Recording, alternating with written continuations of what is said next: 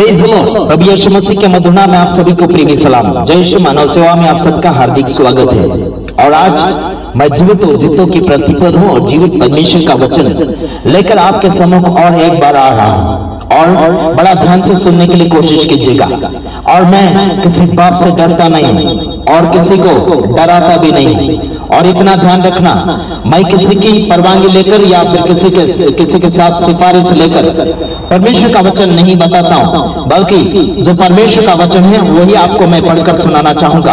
और उसमें आपको कुछ बातें मैं आपको बताना चाहूंगा। आज संसार भर में परमेश्वर की आशीष को बेचने के लिए कोशिशें कर रहे हैं। तेल पानी में बेच रहे हैं, बाइबल को बेच रहे हैं, बाइबल के नाम में कहीं ऐसे किताबें बनाए जा रहे हैं और उन किताबों को अच्छे भावों में अच्छे दामों के साथ बेचा जा रहा है। कहीं गवाहियां बना रहे हैं, उसमें गवाही वाली किताब बनाते हैं और उसमें संदेश छापते हैं और उसे बेचने के लिए कोशिश करते हैं। कहीं 50 रुपए में, कहीं 100 रुपए में, कहीं ऐसे बड़े बड़े भाव लगाए जाते हैं। तो ध्यान दीजिएगा, बाइबल बेचना नहीं है। बाइबल के नाम में किताबें बनाकर बिल्कुल नहीं बेच सकते हैं। मैं भी बीते हुए दिनों में काफी ऐसा बिक्री करता था, अच्छे भावों में बाइबल बेचा करता था। लेकिन जब मैंने सत्य को जान लिया, सत्य मुझे आजाद कर दिया। जब मैंने सोच लिया था कि परमेश्वर की महिमा में बस पैसे कमाना होता है, लेकिन परमेश्वर की महिमा में तो जीवन कमाना होता है, जीवन बनाना होता है। मैंने उस बात को जान लिया है। इस खातिर आपको मैं उस पाप से रोकना चाहता हूँ, उस अपराध से रोकना चाहता हूँ, उस गंदगी से आपको दूर करना चाहता हूँ। तो ध्यान दीजिएगा। जय यीशु मानव सेवा में आप सबका हार्दिक स्वागत है। स्वागत के साथ आपको इतना कहना चाहता हूं, वीडियो अगर अच्छा लगे तो शेयर करना, नहीं अच्छा लगे तो रहने दीजिएगा। इतना ध्यान रखना, अगर मुझे कॉल करते हैं तो प्रार्थना विषय के लिए बिल्कुल ना करें। बस जितना संदेश देता हूं उसी में की बातचीत करने के लिए आप मुझे कॉल कर सकते हैं। वाह या फिर तारीफ प्रशंसा करने के लिए बिल्कुल फोन ना करें। जय यीशु मानव सेवा में आप आर्थिक डोनेशन दे सकते हैं सेवकों को हेल्प करने के लिए, गरीबों में हेल्प करने के लिए। ठीक है, आइए हम परमेश्वर के वचन के द्वारा हम आपको कुछ जागृति महसूस करवाना चाहते हैं। यूहन्ना रचित सुसमाचार उसका एक अध्याय, इसका एक वचन से आगे कुछ वचनों तक मैं आपको ले जाने के लिए कोशिशें जारी रखूंगा। आदि में वचन था और वचन परमेश्वर के साथ था और वचन परमेश्वर था। देखो, वचन यानी वादा यानी परमेश्वर, आदि में ही वचन था और वचन परमेश्वर के साथ था और वचन परमेश्वर था, यानी कि शब्द। वचन यानी शब्द, वचन यानी वादा। सब कुछ वही परमेश्वर था आदि के अंदर। सब कुछ वो आदि के अंदर था, यानी कि परमेश्वर ही वचन है। तो उस वचन को हम बेच कैसे सकते हैं? यानी कि जो बाइबल है उसमें वचन है, तो वचन ही परमेश्वर है ना। तो आपको मुझे समझ आना चाहिए कि अगर वो वचन परमेश्वर है तो उसे बेच कैसे सकते हैं? किताबों में लाकर बाइबल को बेचते हैं, अन्य किताबें छपाई मारकर बेचते हैं, अच्छे दामों में बेचते हैं और उसका कोई डिस्काउंट भी नहीं होता। समझ में आ रहा है? इनको ऐसा लगता है कि अगर परमेश्वर की किताब है, परमेश्वर का वचन है, तो बिना भाव किए, बिना सौदा किए खरीद लेंगे, ऐसा इनको लगता है और लोग खरीद भी लेते हैं। हाँ जी, तो परमेश्वर का वचन बेच नहीं सकते। लोग आज बाइबल को बेच रहे हैं, इसका मतलब है परमेश्वर को बेच रहे हैं। साथ ही साथ ईश्वर के नाम में प्रार्थना तेल करके, पानी प्रार्थना करके बेच रहे हैं। इनको व्यापारी कहा जाता है और दलाल कहा जाता है। ईश्वर के नाम में दलाली बिल्कुल नहीं चलेगी यारों। तो ठीक है, इतना मैं इस वचन में आपको समझा पाया हूं और कभी समझाऊंगा, लेकिन मुझे आगे और बढ़ना है। यही आदि में परमेश्वर के साथ था दूसरा वचन पढ़ा। अब तीसरा वचन पढ़ना, सब कुछ उसी के द्वारा उत्पन्न हुआ और जो कुछ उत्पन्न हुआ है उसमें से कोई भी वस्तु उसके बिना उत्पन्न न हो। देखो, दुनिया में जितना भी दिखता है, चाहे वो आसमान का हो, चाहे वो जमीन का हो, चाहे वो पानी के अंदर वाला हो, दुनिया में जो भी आपकी आंखों में, आपकी नजरों में समाता है, सब कुछ परमेश्वर ने बनाया। उसके अलावा कोई भी सृष्टिकर्ता नहीं है, उसके अलावा कोई भी बनाने वाला कारीगर बिल्कुल नहीं है। मतलब सब कुछ परमेश्वर ने बनाया है। तो फिर इस सृष्टि के पीछे लोग क्यों जा रहे हैं? सृष्टिकर्ता परमेश्वर को छोड़कर सृष्टि के पीछे जा रहे हैं। कोई बोलता लीम को पूज लो, कोई बोलता बड़ को पूज लो, कोई बोलता पीपल को पूज लो, कोई बोलता पत्थर को पूज लो, कोई बोलता ये सन ये त्योहार को पूज लो, उसके बाद आपको मोक्ष मिलेगा, आपको मुक्ति मिलेगी, आपको शांति मिलेगी। ये कहते हैं कि नहीं? अंधा विश्वास आजकल संसार में ज्यादा चल रहा है। आजकल तो ऐसे चड्डी के बिना नंगा देव, नंगा भगवान करके घूम रहे हैं और वहां पर नंगे व्यक्ति के सामने हाथ जोड़ रहे हैं, उनको नमस्कार कर रहे हैं, उनके पैर छू रहे हैं, नंगे व्यक्ति को और नंगे महाराज को नंगा देव करके उसको पूजा जा रहा है। हम देख रहे हैं यूट्यूब पर बहुत सारी ऐसी बातें आ रही हैं और उनके पीछे चल पड़े। अरे भाई, जिस परमेश्वर ने सब कुछ बनाया, उस परमेश्वर को छोड़कर उस नंगे व्यक्ति के पीछे जो चड्डी के बिना घूम रहा है, जो नंगा घूम रहा है, उसके सामने आप हाथ पैर जोड़ रहे हैं। आपको शर्म आना चाहिए। जिस परमेश्वर ने सारी कायनात को बनाया, जिस परमेश्वर ने सारी दुनिया को बनाकर आज वो आराम से स्वर्ग में बैठा है, उस परमेश्वर को छोड़कर दुनिया के लोगों के पीछे चल पड़े, उनको ईश्वर बना लिया। तुम लोगों को शर्म आना चाहिए। सारी दुनिया को बोल रहा हूं, एक को नहीं बोल रहा हूं, और मेरे पास सबूत है।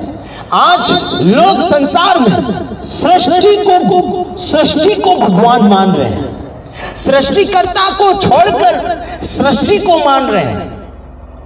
क्या बात करते हो यार।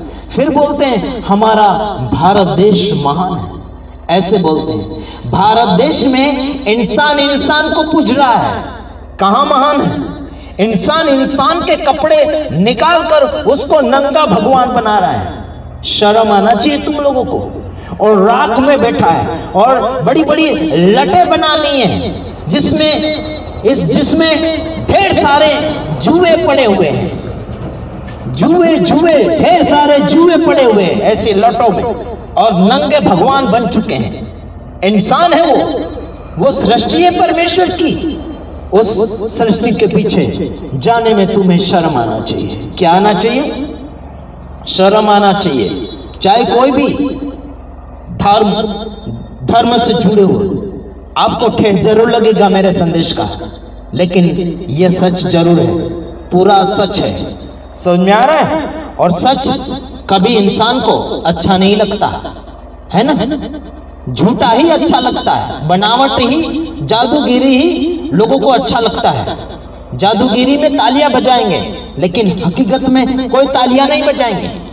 मस्ती मारेंगे, वहां रुपये फेंकेंगे, लेकिन जहां धार्मिक काम करना हो वहां रुपया नहीं निकालेंगे। समझ में आ रहा? मेरी बात अगर कड़वी लगती हो तो पतली गली से निकल लो, हमें कोई परवाह नहीं है। ठीक है, अगला वचन मैं आपके लिए पढ़ रहा हूं। चौथा वचन, उसमें जीवन था और वह जीवन मनुष्य की ज्योति थी। देखो, उसमें जीवन था और वह मनुष्य की जीवन की ज्योति थी। क्या थी? यीशु मसीह आपके और मेरे लिए जीवन की ज्योति है। परमेश्वर यहोवा राफा, यहोवा निसी परमेश्वर आज भी वो उपस्थित होने वाला परमेश्वर है। हजारों घंटियां बजा लो, मंदिरों में, मस्जिदों में, दरगाहों में, कोई ईश्वर सुनने वाला नहीं है, बल्कि दिल की आवाज यीशु सुनता है। क्या सुनता है? दिल की आवाज सुनता है। तुम क्या संसार की आवाज सुनाने के लिए कोशिशें करते हो ना? यह सब खिलावट है, खिलवाड़ है। परमेश्वर के साथ खेल नहीं खेल सकते। तो ध्यान दीजिएगा, आपके और मेरे जीवन के लिए यीशु जीवन की ज्योति है। यह धर्म का कोई मालिक नहीं है, यह धर्म का कोई गुरु नहीं है, बल्कि आपकी जिंदगी का मालिक है। उस मालिक को छोड़कर नौकर के पीछे चल पड़े हो, उस मालिक को छोड़कर कहां चल पड़े? कुम्हार को यानी कि कुम्हार को छोड़कर मटके के पीछे चल पड़े। बात करते हो, समझ में आ रहा है? दुनिया का कुम्हार यीशु है, दुनिया को बनाने वाला दिखता नहीं है। वो कोई आपसे कोई भेंट और कुछ डोनेशन नहीं मांगता। समझ में आता हो तो समझने के लिए कोशिश करो। हाँ, अगला वचन आपके लिए पढ़ रहा हूं।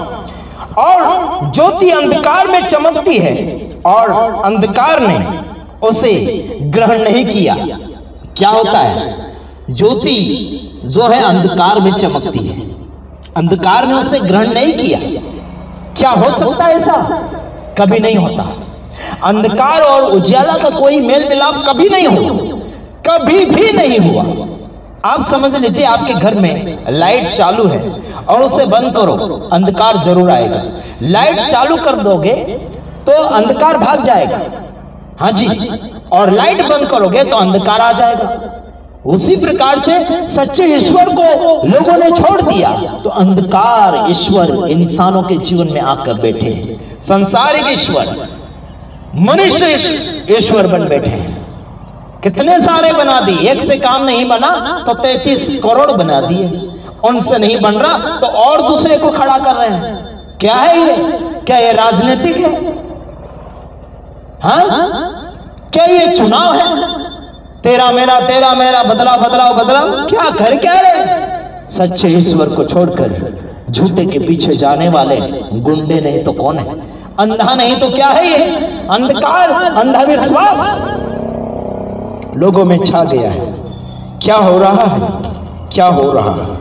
छठा वचन पढ़ा। एक मनुष्य परमेश्वर की ओर से आ उपस्थित हुआ जिसका नाम यूहन्ना था। समझ में आ रहा? यूहन्ना ईश्वर की ओर से आया, सच्चाई बताने के लिए आया, सच्चाई आने से पहले आया। कौन कौन कौन आया? यूहन्ना आया, यीशु मसीह के बारे में सुसमाचार प्रचार करने आया, सच्ची ज्योति के बारे में बताने आया। क्या आप और मैं बता पा रहे? 7वां वचन, यह गवाही देने आया कि ज्योति की गवाही दे ताकि सब उसके द्वारा विश्वास पाए। समझ में आ रहा? यूहन्ना के द्वारा विश्वास पाए कि वो ज्योति आने वाला है, वो आपको और मुझे अंधकार से बाहर निकालने वाला है। वो आने वालों से पहले एक आया, उसका नाम यूहन्ना। वो बताने आया कि एक ज्योति आएगा।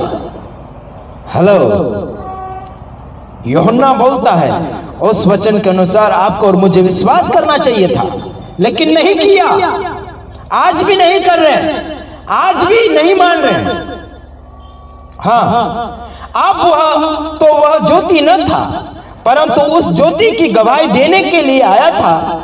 सच्ची ज्योति जो हर एक मनुष्य को प्रकाशित करती है, जगत में आने वाली थी। 10वां वचन, वह जगत में था और जगत उसके द्वारा उत्पन्न हुआ और जगत ने उसे नहीं पहचाना। 11वां वचन, वह अपने घर आया और उसके अपनों ने उसे ग्रहण नहीं किया। परंतु 12वां वचन, परंतु जितनों ने उसे ग्रहण किया उसने उन्हें परमेश्वर के संतान होने का अधिकार दिया, अर्थात उन्हें जो उसके नाम पर विश्वास रखते हैं। समझ में आ रहा है? आगे मैं वचन नहीं बोलना चाहूंगा। यीशु मसीह के ऊपर जो विश्वास करता है उसको परमेश्वर का बेटा और बेटी बनने का अधिकार मिलता है। आपको धर्म बदलने से उसका बेटा बेटी बनने का अधिकार नहीं मिलेगा। आपको आपका जाति छोड़ने से, आपका धर्म छोड़ने से आपको परमेश्वर का बेटा बेटी बनने का अधिकार नहीं मिलेगा। आपको उसके नाम पर विश्वास करने से आपको अधिकार मिल जाएगा कि आप उसके बेटे और बेटियां हैं। समझ में आ रहा है? हेलो, बात करते हैं ना संसार में, ये धर्म वो धर्म फलाना ढेकना। तुम्हारे बाप ने जो धर्म बनाए ना वो तुम मानो, हम नहीं मानेंगे। हमारे बाप ने एक भी धर्म नहीं बनाया, ऊपर वाले परमेश्वर ने एक धर्म नहीं बनाया। हम किसी धर्म को नहीं मानेंगे। कर लो तुम्हें जो करना है, तुम में जितना दम है, जो पावर है, उसे इस्तेमाल करके देख लो। हम खुदा के बंदे हैं, उसके ही बंदे रहेंगे। किसी के सामने झुकेंगे नहीं और झुकने नहीं देंगे। समझ में आ रहा है? कुछ लोग बोलते हैं राम राम राम करो, ये करो, वो करो, सियाराम बोलो, हनुमान बोलो, ऐसे बोलते हैं ना। अरे इनका नाम 1000 बार लो या लाख बार लो, कुछ फायदा होने वाला नहीं है, कुछ नहीं होने वाला है। कितना भी चिल्लाओ, क्योंकि ये मर चुके हैं, ये कुछ नहीं सुनते हैं। मुर्दा कभी क्या सुनता है? जिंदा सुनता है। मेरा यीशु जिंदा है, उससे पुकार कर देख लो एक बार, बस तुम्हारी हसरतें पूरी हो जाएगी। जिंदगी को संवारो और आगे बढ़ो। समझ में आया है? तो आगे बढ़ाओ इस संदेश को, नहीं तो रोक दो।